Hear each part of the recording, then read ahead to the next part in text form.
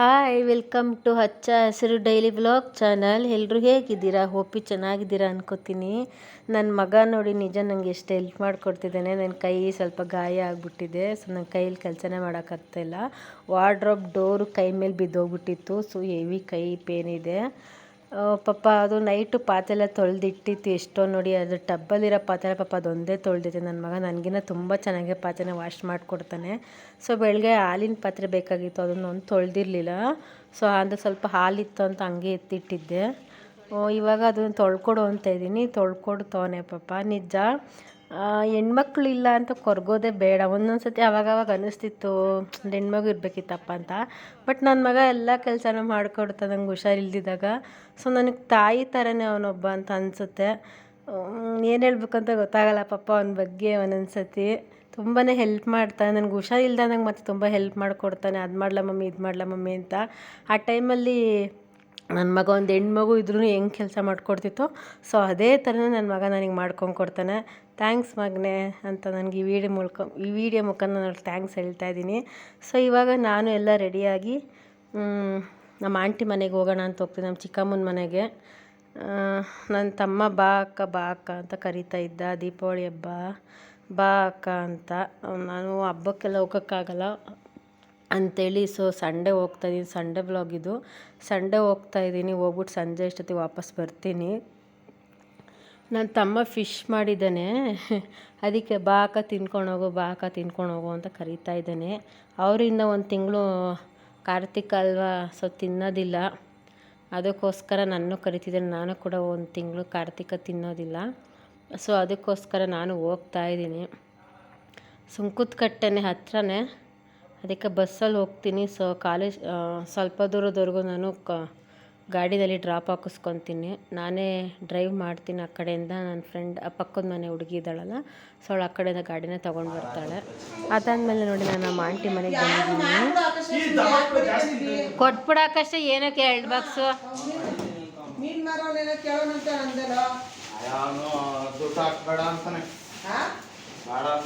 ಈಗ ಯಾರಿಗೆ ಹಾಕ್ತಿ? ಅವ್ನು ಹೊಡಿತೀನಿ ಅಂತ ಅಲ್ಲ ಕಳ್ಳ, ನಿಂಗೆ ತಿಕ್ಕೆಯಿಂದ ಅಷ್ಟೊತ್ತಾಗ ಯಾಕೆ ಹೊತ್ಕೊಂಡಿದ್ದಿ ಬಡಗಿದ್ದನ ಮೇಲೆ? ಅದೇನು ಮೇಲ್ ಮಾಡ್ತೀರ ಬಿಬ್ಬೆ ಬೆಲೆ ಅಲ್ಲೋಡ ಮೇಲ್ಗಡೆ ಬೇರೆ ತಂದು ಮಾಡ್ದವನೆ ಕಡೆ ಕಿವು ಎಡಬಾಕ್ಸು.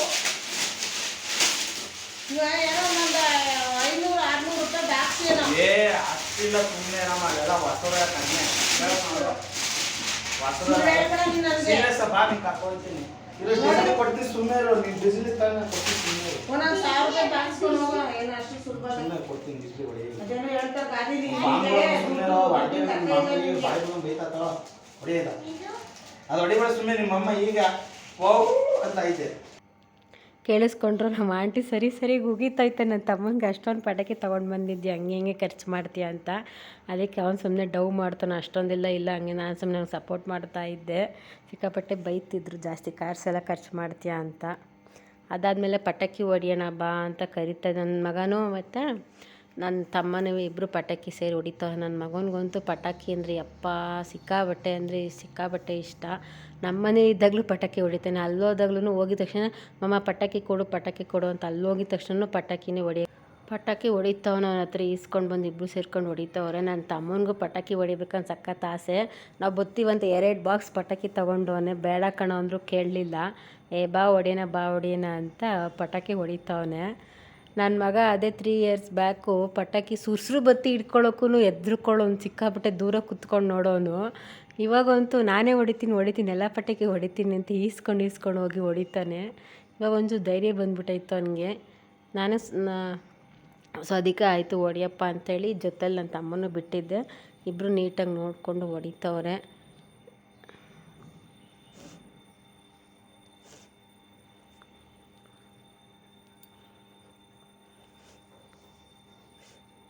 ಅದಾದಮೇಲೆ ನನ್ನ ತಮ್ಮ ಬಾವಕ್ಕ ಹೊಡಿಯೋಣ ಪಟಾಕಿನ ಅಂತ ಕರಿತಿದ್ದೆ. ನಾನು ಅಯ್ಯೋ ಹೋಗೋ ಯಾರು ಹೊಡಿತಾರೆ ಅಂತಿದ್ದೆ. ಬಾ ಅಂತ ಬಲವಂತ ಮಾಡಿ ನನ್ನ ಕೂಡ ಕರೆದ. ನಾನು ಸುಮಾರು ವರ್ಷ ಆಗೈತೆ ಪಟಾಕಿ ಬಿಡಿ. ನನ್ನ ಮಗನ ಏಜಲ್ಲೆಲ್ಲ ನಮ್ಮ ಅಪ್ಪ ಅಮ್ಮನ ಹತ್ರ ಕೇಳ್ತಾ ಇದ್ವಿ, ಪಟಾಕಿ ತಂದುಕೊಡಿ ಅಂತ. ಅವಾಗ ತಂದುಕೊಡ್ತಿರ್ಲಿಲ್ಲ. ನಮ್ಮ ಅಪ್ಪ ಬರೀ ಸುಸ್ರು ಬತ್ತಿ, ಭೂಚಕ್ರ ಮತ್ತು ಹಳ್ಳಿ ಮರ ಬರುತ್ತಲ್ಲ ಫ್ಲವರ್ ಪಾಟು, ಅದನ್ನ ಮಾತನ್ನೇ ತಂದುಕೊಡ್ತಿರೋ, ಬೇರೆ ಯಾವುದೋ ಪಟಾಕಿ ತಂದುಕೊಡ್ತಿರ್ಲಿಲ್ಲ. ಇವಾಗ ನಮ್ಮ ಕೈಲಿ ಎಲ್ಲನೂ ಇದೆ, ಬಟ್ ಹಚ್ಚೋದಕ್ಕೆ ಆಗಲಿ ಹೊಡಿಯೋದಕ್ಕೆ ಆಗಲಿ ನಿಜಕ್ಕೂ ಇಂಟ್ರೆಸ್ಟ್ ಇಲ್ಲ. ಇಲ್ಲದೇ ಇದ್ದಾಗ ಇಂಟ್ರೆಸ್ಟ್ ಇರುತ್ತೆ, ಬೇಕು ಅಂತ. ಇವಾಗ ಎಲ್ಲನೂ ಕೊಟ್ಟಿದ್ದಾನೆ ದೇವರು. ಅದ್ರ ಏನು ಮಾಡೋಕ್ಕೂ ಇಂಟ್ರೆಸ್ಟೇ ಇಲ್ಲ ನಮಗೆ ಆ ಥರ. ಅವಾಗೆಲ್ಲ ಅಷ್ಟು ಇಂಟ್ರೆಸ್ಟ್ ಇತ್ತು, ಸೊ ಇವಾಗೆಲ್ಲ ಇಂಟ್ರೆಸ್ಟ್ ಇಲ್ಲ. ಅದಾದಮೇಲೆ ಪಟಾಕಿ ಎಲ್ಲ ಹೊಡೆದಾಗ ಊಟ ಮಾಡೋಣ ಅಂತ ಬಂದ್ವಿ.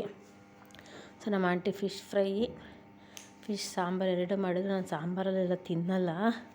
ಸೊ ನಮ್ಮ ಆಂಟಿ ನನ್ನ ತಮ್ಮ ಬೈತಿದ್ದ, ತಿನ್ನು ಇನ್ನೇನು ತಿಂತೆ ಹಂಗೆ ಹಿಂಗೆ ಅಂತ. ಸರಿ ಇನ್ನೇನು ಮಾಡೋದು ಅಂತೇಳಿ ಫಿಶ್ಶು ಸಾಂಬಾರು ಮತ್ತು ಫಿಶ್ ಫ್ರೈ ಸಕ್ಕತ್ತಾಗಿ ಮಾಡಿದರು. ಸಾಂಬಾರು ಕೂಡ ಚೆನ್ನಾಗಿತ್ತು, ಟೇಸ್ಟ್ ಮಾಡಿದೆ. ಸಾಂಬಾರು ಕೂಡ ಚೆನ್ನಾಗಿತ್ತು. ನಾನೆಷ್ಟು ನಾನ್ ವೆಜ್ ಎಲ್ಲ ತಿನ್ನೋಕ್ಕೆ ಹೋಗಲ್ಲ, ನಮ್ಮ ಮನೇಲಿ ಬೈತಾರೆ ತಿನ್ನಲ್ಲ ಮಾಡಲ್ಲ ಅಂತ. ಅದಕ್ಕೆ 2 ಪೀಸ್ ಹಾಕಿಸ್ಕೊಂಡು ಅದನ್ನೇ ತಿಂತಾಯಿದ್ದೀನಿ ನಿಧಾನಕ್ಕೆ. ಸಾಂಬಾರು ಮಾತ್ರ ಸಕ್ಕತ್ತಾಗಿತ್ತು. ಸೊ ಫಸ್ಟ್ ಟೈಮ್ ನಾನು ಮೀನು ಸಾರಲ್ಲಿ ತಿಂದಿದ್ದು. ಅದಕ್ಕಿಂತ ಮುಂಚೆ ನನ್ನ ಫ್ರೆಂಡ್ ಮನೇಲಿ ತಿಂದಿದ್ದೆ.